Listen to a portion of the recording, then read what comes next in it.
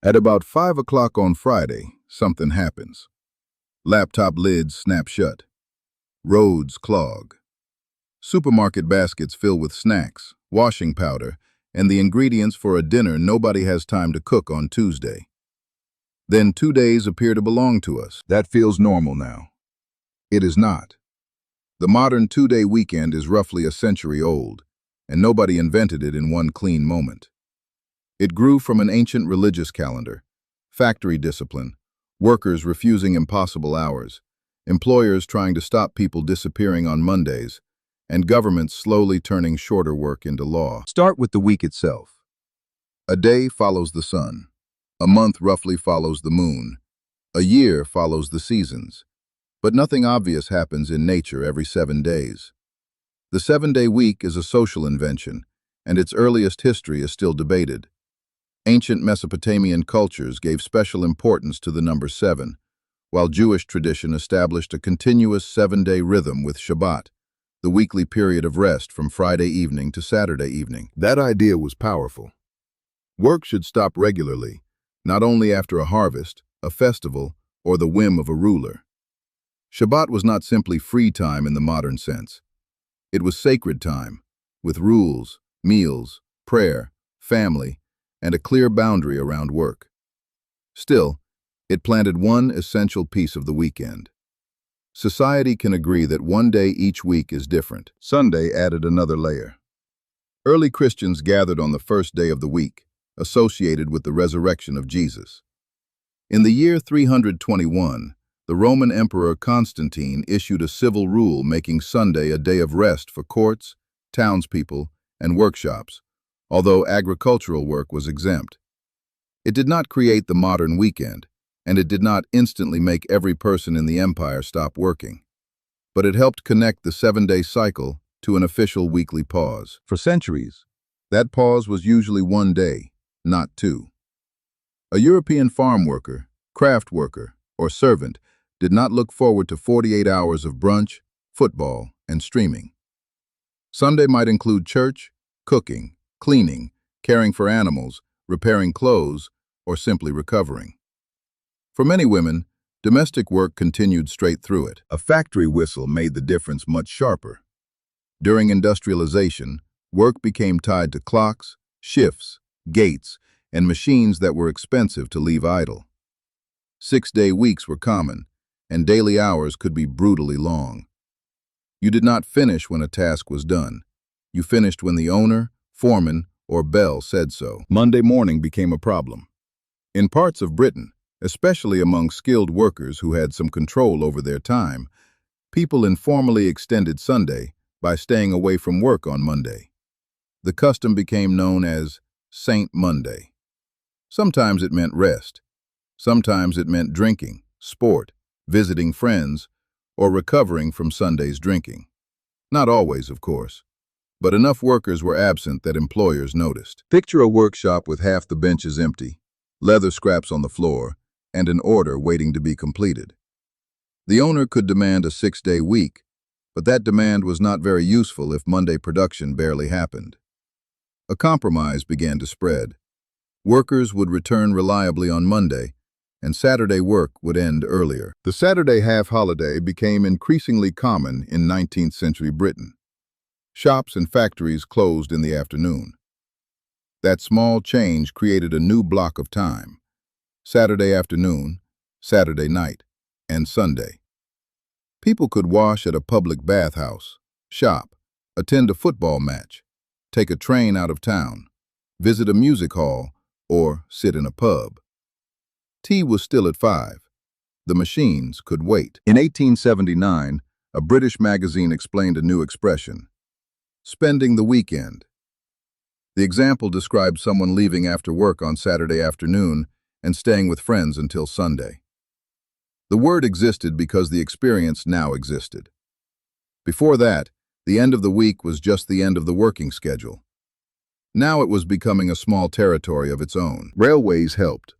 A worker or clerk could leave a crowded town and reach the seaside or countryside before dark. Football clubs gained spectators who were free on Saturday afternoon. Shops sold leisure clothes, bicycles, newspapers, food, and train tickets. Free time was becoming an industry, even before it became a full second day off. Religion also pushed Saturday toward freedom. Jewish workers observed Shabbat on Saturday, while the Christian majority generally treated Sunday as its day of rest. A 6-day schedule forced an ugly choice: violate the Saturday Sabbath, lose a day's wages, or try to work on Sunday and face social or legal resistance. A New England spinning mill in 1908 is often described as the first American factory to adopt a 5-day schedule for this reason. The surviving details are thin, so it is safer not to turn the mill into a heroic origin story. Still, the example shows the practical logic. Closing on both Saturday and Sunday allowed Jewish and Christian rest traditions to coexist inside one work schedule. Workers were also organizing around hours, not just days. The demand for an 8-hour day spread through labor movements in the 19th and early 20th centuries. 8 hours for work, 8 hours for rest, 8 hours for what we will, was not a request for laziness. It was a demand for a life outside the workplace. Strikes, union campaigns, demonstrations, and political pressure made shorter hours difficult to ignore. The cost was not abstract. People lost wages, jobs, and sometimes their lives in conflicts over working conditions. The weekend did not arrive as a gift placed on a factory table by a generous owner. International rules began to catch up. The International Labor Organization's first convention in 1919 set a goal of 8 hours a day and 48 hours a week in industry. That still described 6 8-hour days.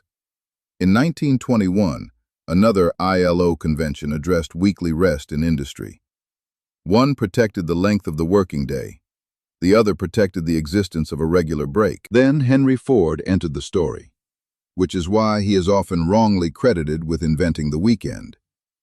In 1926, Ford Motor Company became one of the first major American manufacturers to adopt a 5-day, 40-hour week for factory workers. Office workers followed later that year. Ford's decision mattered because the company was huge, famous, and watched closely by other businesses. It also showed that fewer scheduled hours did not automatically destroy industrial production. Assembly line work could be reorganized, shifts could be planned, and workers who were less exhausted might be more reliable. Ford also argued that people needed leisure time to buy and use consumer products, including cars. A parked car is not much of a market. That sounds convenient for Ford, because it was. The same policy could improve workers' lives, support productivity, and create customers. Social change often works like that. People with completely different motives discover that the same arrangement benefits them. The Great Depression added another motive: sharing available work. When millions were unemployed, shortening the week could spread jobs across more people. In 1935, the ILO adopted a convention supporting the 40-hour week without reducing workers' standard of living.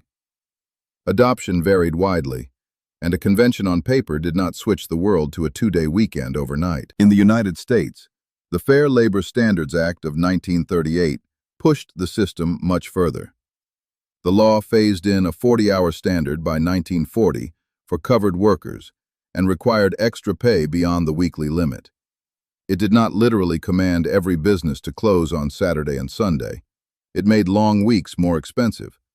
5 8-hour days became a practical solution. A time clock does not care which 2 days are free.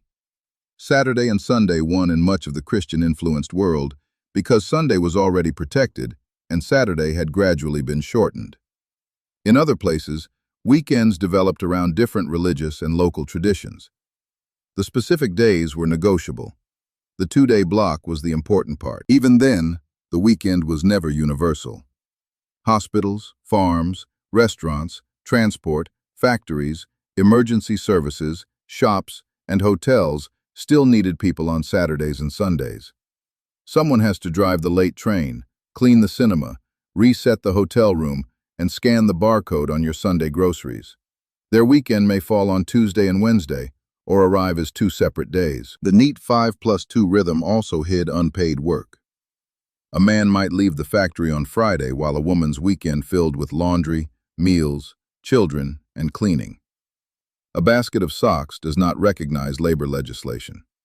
That sounds minor, but it matters when we describe the weekend as if everyone received the same freedom. By the middle of the 20th century, the two-day weekend had become normal across many industrial economies.